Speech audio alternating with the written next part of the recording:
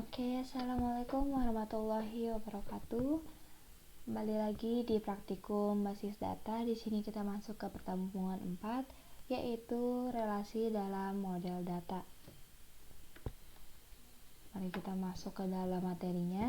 Yang pertama yaitu pengenalan dulu lagi tentang model data. Model data relasional adalah suatu model basis data yang menggunakan tabel 2 dimensi yang terdiri atas baris dan kolom untuk menggambarkan sebuah berkas data. Oke, kita singgung lagi sedikit tentang minggu-minggu kemarin, yaitu tentang atribut. Gak bosan-bosan kami sebagai asisten mengingatkan kalian harus bisa tahu dan membedakan apa itu atribut dan apa itu entitas. Nah, untuk atribut, yang pertama itu adalah atribut key, yaitu yang digunakan untuk menentukan suatu entitas secara unik. Misalnya kemarin apa? Yaitu NIM, NIP, atau NIK gitu. Atau kode-kode yang unik yang nantinya menjadi ciri khas suatu entitas itu kayak gitu. Kemudian ada atribut simple, yaitu atribut yang bernilai tunggal. Kemudian atribut multi value, yaitu atribut yang memiliki sekelompok nilai untuk setiap instan entity. Kemudian ada atribut composite, yaitu satu atribut yang terdiri dari beberapa atribut yang lebih kecil yang mempunyai arti tertentu. Contohnya adalah atribut nama pegawai yang terdiri dari nama depan, nama tengah, dan nama belakang. Berarti nanti kalian itu di dalam entitas tidak hanya bisa mencantumkan misalnya atributnya nama doang, enggak. Ada misalnya nama belakang, nama depan, atau nama tengah. Ya nanti kalau kalian masuk ke dalam autentikasi website kalian itu bisa jadi autentikasinya. Jadi masukkan nama depan, nama belakang, dan nama tengah begitu. Kemudian masuk ke dalam pengertian IR lagi nih. IR model atau IRD, yaitu representasi konseptual basis data yang harus dipetakan ke dalam relational model atau relasi tabel agar secara langsung dapat diimplementasikan ke dalam basis data, ke dalam sum kalian kayak kemarin kayak gitu. Jadi IR model itu yang memudahkan representasi konseptualnya, jadi terkonsep gitu dari primary key-nya, atributnya sudah ditentukan dari awal seperti itu. Kemudian di dalam IR model itu ada kardinalitas. Kardinalitas adalah untuk mengatur kuantitas sesuatu. Dalam hal ini adalah entitas. Jadi dalam suatu relasi itu menentukan sejauh mana suatu entitas terkait dengan yang lain dapat menjawab pertanyaan berapa banyak. Ingat, nanti kardinalitas itu akan menjawab pertanyaan-pertanyaan selanjutnya, menjawab pertanyaan berapa banyak. Nah, ini contoh kardinalitas sudah disinggung ya kemarin. Contoh-contoh kardinalitas di sini kita ulang lagi. Yaitu misalnya contoh pertama yaitu kardinalitas one to one. One to one itu seperti rektor memimpin satu universitas. Jadi hanya satu rektor yang dapat memimpin satu universitas. Gak mungkin satu rektor itu bisa memimpin 3 universitas, itu banyak banget ya. Jadi untuk contoh one to one mudahnya kita memahaminya seperti rektor dan universitas yang dia pimpin. Kemudian contoh yang kedua yaitu dosen mengajar mata kuliah, yaitu kardinalitasnya jadi one to many. Jadi satu dosen bisa mengajar banyak mata kuliah. Kemudian contoh yang ketiga tentang kardinalitas many to many. Jadi banyak mahasiswa dapat mempelajari banyak mata kuliah, atau banyak mahasiswa itu dia jadi tidak hanya mempelajari satu mata kuliah tuh. Kemudian entitas itu ada entitas kuat dan entitas lemah. Entitas kuat adalah entitas yang eksistensinya tidak bergantung pada entitas lain. Adapun entitas lemah adalah entitas yang eksistensinya bergantung pada entitas lain. Nah, ini ada perbandingan antara entitas kuat dan entitas lemah. Untuk dasarnya, entitas kuat itu memiliki kunci utama atau primary key. Kemudian untuk entitas lemah itu hanya memiliki kunci diskriminator parsial atau foreign key sebagai pembantunya nanti untuk menghubungkan antara satu entitas dan entitas lain. Kemudian, entitas kuat tidak tergantung pada entitas lain dalam suatu skema. Sedangkan entitas lemah tergantung pada entitas yang kuat untuk keberadaannya.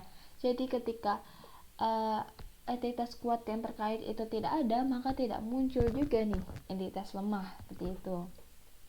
Kemudian untuk pelambangannya, entitas kuat dilambangkan dengan persegi panjang tunggal, sedangkan entitas lemah itu dilambangkan dengan persegi panjang ganda. Kalau kita nanti teman-teman di Visio atau Draw.io kan ada nih yang kayak gini. Nah, ini untuk pelambangan dari entitas kuat, sedangkan entitas lemah nanti dia akan dilambangkan ada ganda kayak gini. Nah, maaf ya kurang sempurna, jadi kurang lebih seperti itulah. Kemudian hubungan antara dua entitas kuat dilambangkan dengan berlian tunggal atau disebut hubungan. Nah, kayak gini kemarin. Nah, isinya misalnya apa kayak gitu begini. Sedangkan hubungan antara entitas lemah dan kuat dilambangkan dengan identifying relationship, dilambangkan dengan berlian ganda. Berlian gandanya kayak gini nih. Jadi kalau kalian lihat weak entity berarti kayak gini. Nah, begitulah kurang lebihnya. Jadi teman-teman bisa membedakan nih antara nanti ada entitas kuat dan entitas lemah dari lambangnya saja. Kemudian entitas kuat mungkin tidak memiliki partisipasi total dalam hubungannya. Partisipasi total tuh biasanya dilambangkan dengan garis satu. Nah, sedangkan entitas lemah memiliki partisipasi total yang hubungan identifikasi yang ditunjukkan oleh garis ganda. Garis ganda. Nah, kayak gitu nanti. Contoh-contohnya buat nanti kalian menentukan entitas lemah dan kuat. Gitu. Oke, kita masuk ke selanjutnya. Masuk ke partisipasi. Apa sih partisipasi itu? Partisipasi adalah banyaknya anggota entitas yang terlibat dalam suatu relationship. Jenis partisipasi itu adalah yang total, itu semua anggota entitas berpartisipasi dalam suatu relasi. Contohnya yaitu semua pegawai harus bekerja pada departemen. Kemudian untuk partisipasi parsial, tidak semua anggota entitas itu berpartisipasi dalam suatu relasi. Contohnya, tidak semua pegawai itu mengepalai departemen. Jadi contoh simpelnya seperti itu ya. Jadi kayak pegawai itu kan harus ada departemen yang dia empuk sendiri ya. Sedangkan tidak semua pegawai itu menjadi kepala dari departemen yang mereka bekerja di dalam departemen itu. Seperti itu.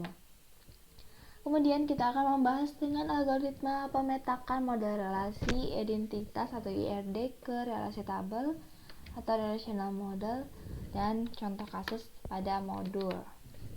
Kita masuk ke dalam modul. Oke, teman-teman bisa lihat modul yang udah dibagikan pada materi.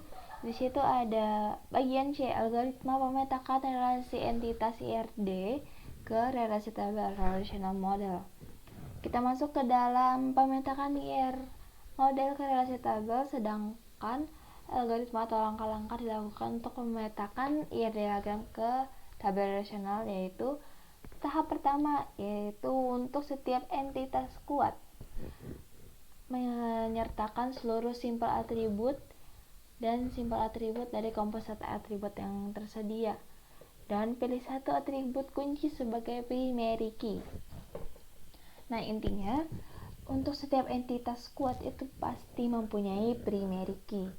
Nah, kemudian untuk setiap entitas lemah, yaitu buat tabel baru entitas lemah dengan mengikutsertakan seluruh simpel atribut. Tadi udah dijelaskan ya. Tambahkan primary key dari entitas kuatnya dari atas, berarti kan. Kemudian yang akan digunakan sebagai primary key bersama-sama partial key dari entitas lemah. seperti itu.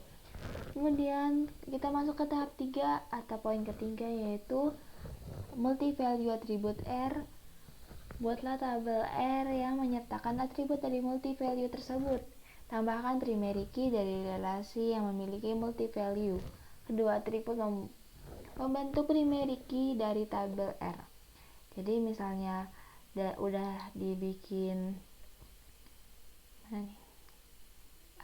tadi tabel entitas kuat di sini. Nah, kalian punya entitas lemah. Kemudian ada tabel baru dari hasil dua ini, maka itu yang disebut dengan tabel multi-value R. Nah, multi-value R tadi membentuk primary key dari entitas kuat dan lemah ini, begitu. Kemudian untuk setiap relasi binary 1-1, tambahkan primary key dari sisi yang lebih ringan ke sisi entitas yang lebih berat. Suatu sisi dianggap lebih berat timbangannya apabila mempunyai partisipasi total. Ingat partisipasi total tadi dilambangkan dengan garis. Tambahkan juga simbol atribut yang terdapat pada relasi tersebut dengan yang lebih berat. Apabila kedua partisipasi adalah sama-sama total atau sama-sama parsial, maka kedua entitas tersebut boleh digabung menjadi satu tabel. Berarti nanti kalau kalian menemukan kasus seperti ini, relasi binary one-to-one, tambahkan di binary primary key dari sisi yang lebih ringan ke sisi yang berat, dan bisa dijadikan tadi satu tabel gitu. Kemudian kita masuk ke one to many, yaitu yang tidak melibatkan kalau tidak melibatkan entitas lemah, maka tentukan mana sisi yang lebih berat atau sisi yang n, yang many. Tambahkan primary key dari sisi yang lebih ringan. Tambahkan primary key dari sisi yang lebih ringan ke tabel sisi yang lebih berat. Tambahkan juga seluruh simpel atribut pada relasi biner tersebut. Kemudian setiap relasi many to many, buatlah tabel baru dengan atribut seluruh simpel atribut yang terdapat pada relasi biner tersebut. Tambahkan primary key yang terdapat pada dua sisi tabel R. Tabel R tadi yang kita udah buat di atas ya. Nah, tambahkan primary key yang terdapat pada sisi tabel R. Kedua primary key yang terdapat dari kedua sisi tersebut menjadi satu, membentuk primary key dalam tabel R. Seperti itu. Tadi kan dia ada primary key tersendiri kan dalam tabel R ini, gitu.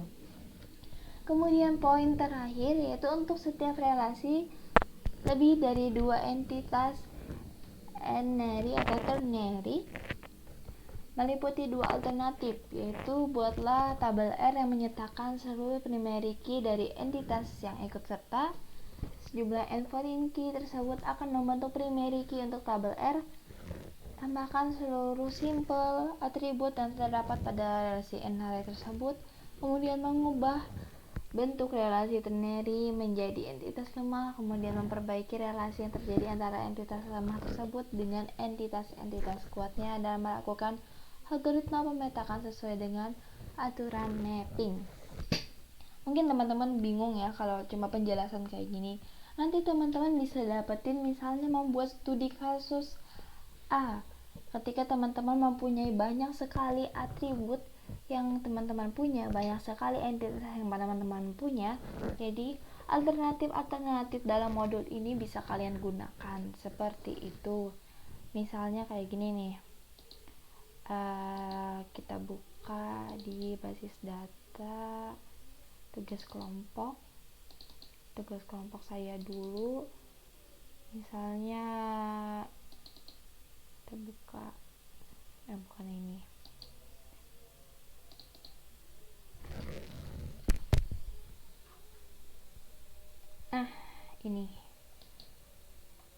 ini itu cukup kompleks untuk IR nya. Nah, mempunyai banyak entitas, mempunyai banyak atribut yang mungkin gak semuanya itu sebenarnya berguna, sebenarnya itu masuk ke dalam model relasi.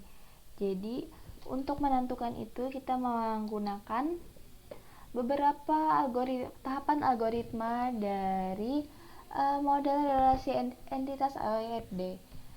Jadi dari tahapan tersebut sebenarnya yang hanya kita perlukan yaitu seperti ini. Pembeli dengan kardinalitas many to one. Ke kasir dulu ya. Pembeli dilayani oleh kasir. Berarti banyak pembeli itu dilayani oleh hanya satu kasir. Dengan pembeli itu memiliki ID pembeli dan nama, dan kasir itu memiliki atribut ID kasir dan nama. Jadi relasinya seperti ini, one to many. Kemudian pembeli itu bisa membeli banyak menu. Jadi pembeli dengan primary-nya ID beli nanti masuk ke sini, masuk ke dalam sini untuk mencetak di transaksi. Kemudian menu kita mempunyai kode atribut, mempunyai kode menu, kode pesanan dan harga pesanan. Di sini kardinalitaskan di sini many to many. Kenapa M sama N sih kak, enggak M to M kayak gitu? Mungkin ada pertanyaan teman-teman seperti itu. Jadi M sama N itu cuma untuk membedakan objek biar nggak tertukar seperti itu. Jadi tetap pengertiannya many to many. Jadi hasil pembeli dan menu itu ada entitas baru. Nah, entitas baru ini yang dinamakan R. Tadi kalau kalian ingat tadi di sini kita ada tabel merah, ini adalah tabel R, tabel yang dihasilkan dari dua entitas kuat atau lemah tadi. Maka dia akan menyertakan entitas baru. Jadi entitas baru ini yang hasilnya adalah transaksi dengan memiliki kode transaksi, dan dia akan mencatat ID kasir dari kasir, dan nanti akan masuk menu pesanan dari sini juga ke sini. Seperti itu teman-teman. Kemudian teman-teman bisa langsung mengerjakan langkah praktikum agar teman-teman bisa paham. Sebelumnya aku jelaskan sedikit. Jadi ada restoran XYZ ini, ada seorang pelanggan berjalan ke counter melakukan pemesanan kayak gitu. Pelanggan dapat memesan untuk dirinya sendiri saja atau dirinya sendiri dan orang lain.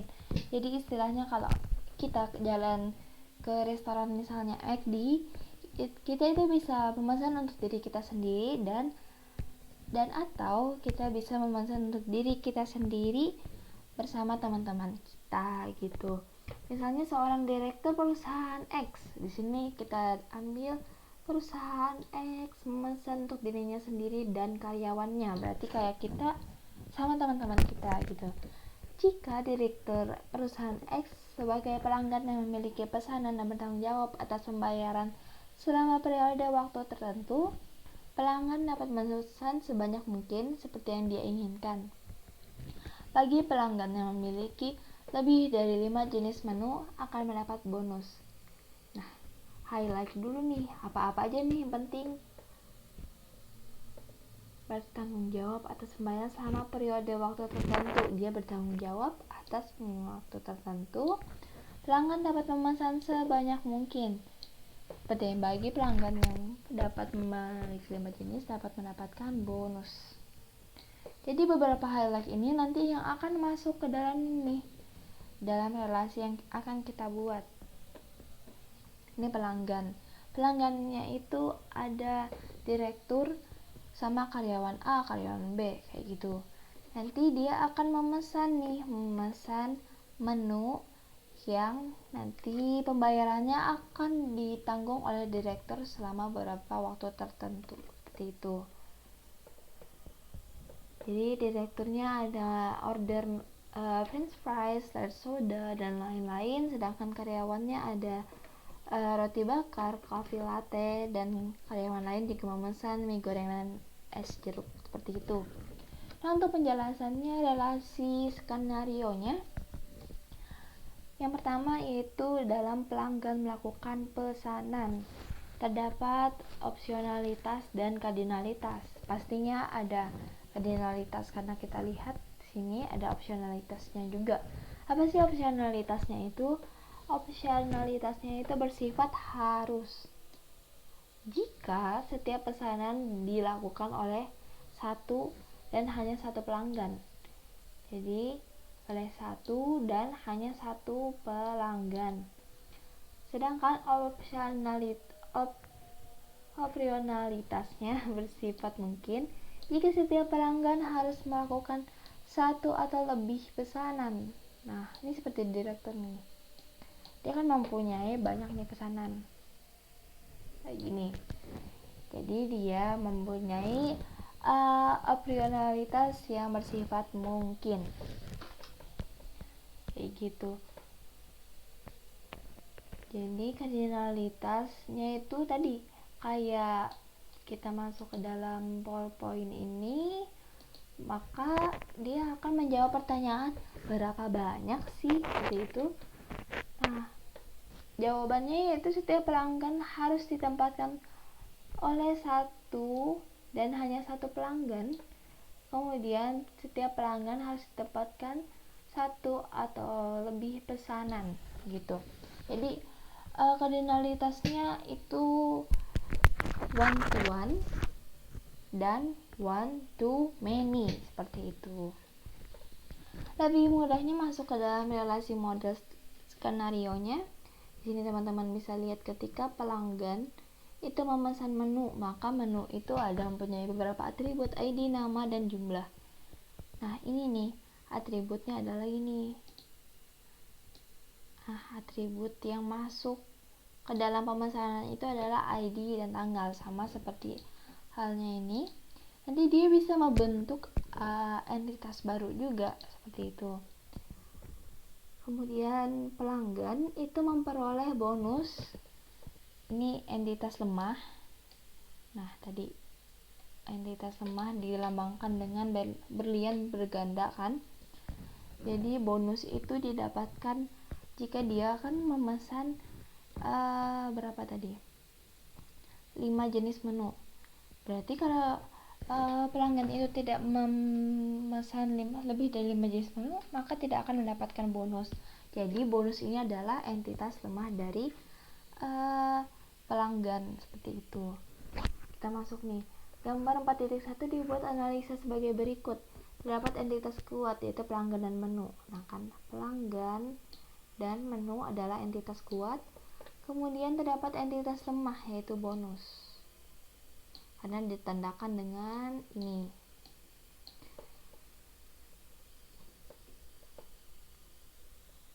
Kemudian atribut kunci primary key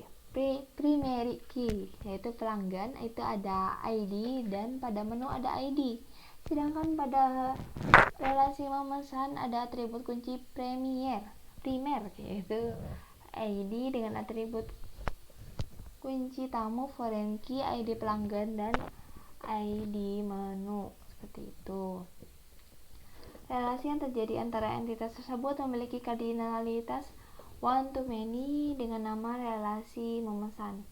Jadi di sini one satu pelanggan bisa memesan banyak menu. One to many gitu. Setiap pelanggan dapat memesan satu atau lebih menu. Jadi kalau teman-teman mau mudahnya itu pakai pengandaian aja, kita sambil menerapkan kepada kasus kita sehari-hari. Jadi kalau kita sendiri bisa memesan banyak menu atau enggak kayak gitu. Kemudian teman-teman silakan mencoba sampai skenario kasus B. Silakan jika ada pertanyaan atau ada hal yang tidak jelas di dalam materi ini, ditanyakan di grup. Dari saya kurang dan lebihnya mohon maaf. Sekian, assalamualaikum warahmatullahi wabarakatuh.